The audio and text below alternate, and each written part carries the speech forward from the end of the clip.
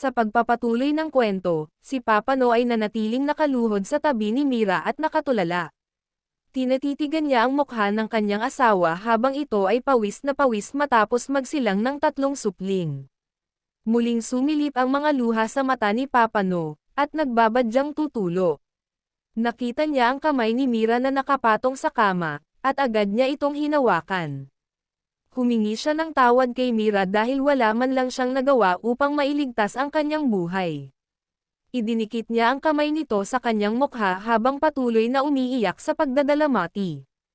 Gayunpaman, alam niyang walang oras para magluksa dahil mayroon pa siyang 3 sanggol na kailangang itaguyod. Kailangan niyang maging malakas para sa mga anak na iniwan ng kanyang mahal na asawa. Muling nagdikit ang mga ngipin ni Papa No, at sa huling pagkakataon, hinawakan niya ang mukha ni Mira, sinabing kailangan niyang palakihing mabuti ang kanilang mga anak kahit kapalit pa nito'y pagkasira ng kanyang sariling katawan. Pinakiusapan niya ang walang buhay na katawan ni Mira na huwag sanang magalit sa kanya dahil wala siyang sapat na oras para magdalamhati sa kanyang kamatayan. Dahil sa totoo lang, marami pa siyang kailangang asikasuhin. Partikular na para sa kanyang mga anak. Matapos sabihin ang mga salitang iyon, tuluyan nang tumayo si Papa No at ikinuyom ang mga kamay sa isang kamao. Pero bago tuluyang umalis, sinabi niyang sa oras na malaki na ang mga bata, sisiguraduhin niyang magkikita silang mag-asawa sa kabilang buhay. Sa kabilang banda, ang 3 tao na tumulong sa pagpapaanak kay Mira ay nakatayo sa labas ng bahay, dala-dala ang 3 sanggol. Sa susunod na eksena, bumukas ang pinto at lumabas si Papa No dito. Dahilan upang mapalingon sa kanya ang 3 tao. Agad na tiningnan ni Papa No ang mga sanggol, pero wala pa rin siya sa wisyo para maging masaya. Hindi niya alam ang dapat niyang maramdaman.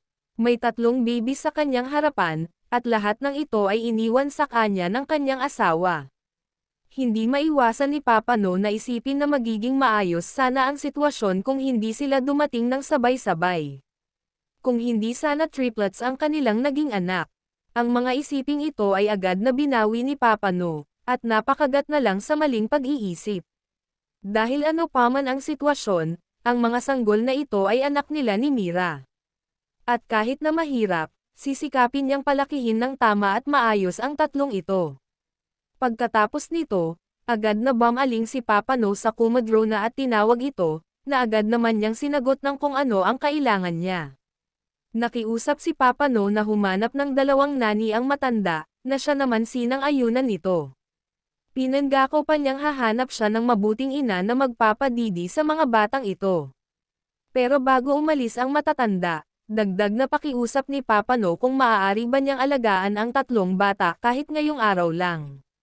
Pumayag naman ang matanda, at sila ay nagsimula ng maglakad palayo para sundin ang mga pakiusap ni Papa No. Nang makaalis sila, naiwang mag-isa si Papa No at halata pa rin ang lungkot sa kanyang reaksyon.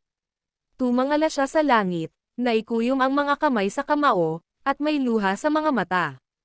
Pagkatapos, sinampal niya ang kanyang sarili upang magising sa katotohanan. Pinaalalahanan niya ang sarili na wala siyang oras para magdrama. Dahil may mga anak siyang kailangang buhayin. Makalipas ang ilang sandali, lumubog na ang araw. At inilipat tayo ng kwento sa isang mapayapang lugar kung saan makikita ang isang anyong tubig na umaagos ng tuloy-tuloy. Sa gitna ng katahimikang ito, isang hukay na may kabaong ng tao ang ating makikita. Ilang sandali pa, isang dakot ng lupa ang nagsimulang tumakip sa hukay. Ito ay gawa ni Papa No. Na sa kasalukuyan ay inililibing ang bangkay ng kanyang asawa. Pawis na siya sa pagod, pero hindi pa rin nawawala ang luha sa kanyang mga mata. Dahil sigurado siyang matagal-tagal pa ang paghihintay na gagawin ni Mira sa kabilang buhay bago sila tuluyang magsama. Nagtuloy-tuloy ang pagtakip ng lupa sa kabaong, at patuloy na iniisip ni Papa No na kailangan niyang hintayin na makapagtapos ng pag-aaral ang kanyang mga anak at magkapamilya bago siya magkaroon ng karapatan na sumunod sa kabilang buhay. At sa huling pagkakataon, na maalam na siya kay Mira, bago tuluyang takpan ang hukay na kinalalagyan ng bangkay ni Mira. Sa susunod na eksena, Mga alahas at kagamitang pampaganda ang nakalatag sa sahig. Dinampot ni Papa No ang isa sa mga ito. Tinitigan niyang mabuti ang pearl necklace. Bahagya siyang ngumiti dahil pinayuhan niya ang kanyang asawa noon na itapon na ang kwintas na ito, upang makabili na sila ng bago. Pero hindi pala niya ginawa. Lalo siyang naluha dahil sa katotohanang tunay na mabuti ang kalooban ng kanyang yumaong asawa na hindi man lang nag-asam ng maluluhong bagay noon. Muli siyang tumitig sa mga alahas at sinabing kailangan niyang mamuhay ng disente sa loob ng 10 taon upang maging maayos ang pamumuhay niya kasama ang 3 anak at 3 yaya.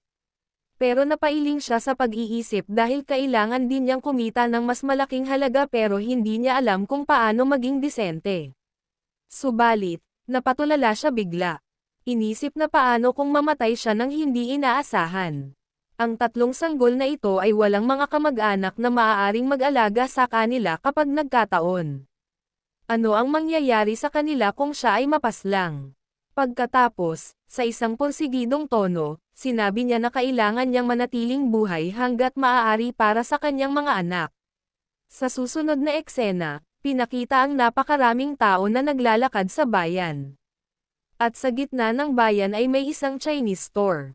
Isang malakas na sigaw ang maririnig sa loob nito, at sinasabing hindi. Hindi maari. Ang sumisigaw ay si Papa No. Na sa kasalukuyan ay nakikipagtalo sa may-ari ng Chinese store.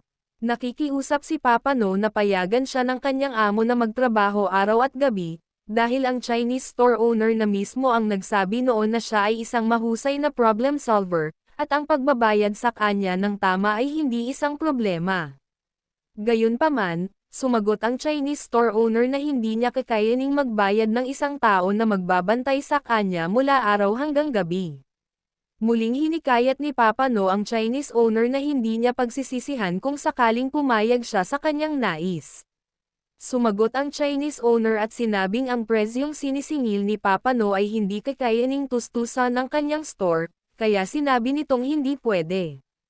Gayunpaman, muling nagmakaawa si Papa No at tinanong kung talaga bang walang ibang paraan.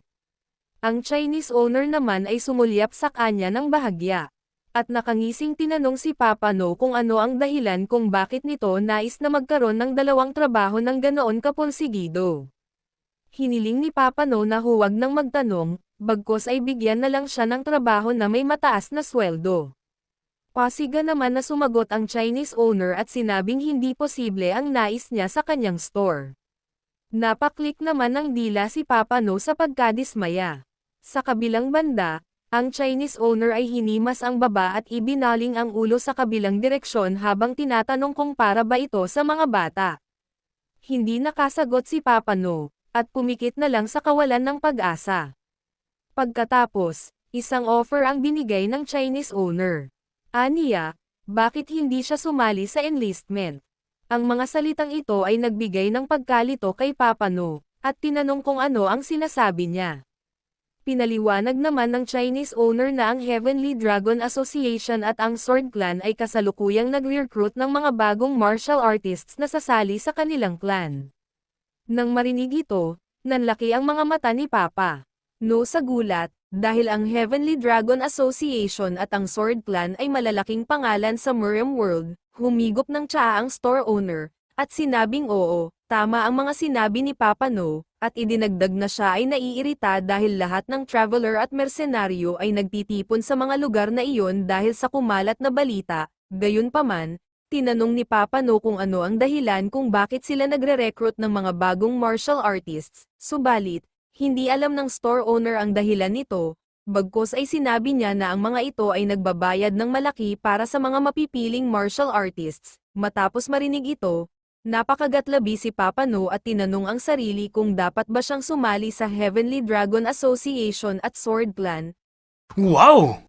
Ano sa tingin niyo mga idolo, dapat ba siyang sumali sa Heavenly Dragon Association at Sword Clan o mas maigi kung maglaro na lang siya ng Scatter o Casino Plus? De joke lang, abangan natin sa Chapter 4 kung ano ang mangyayari.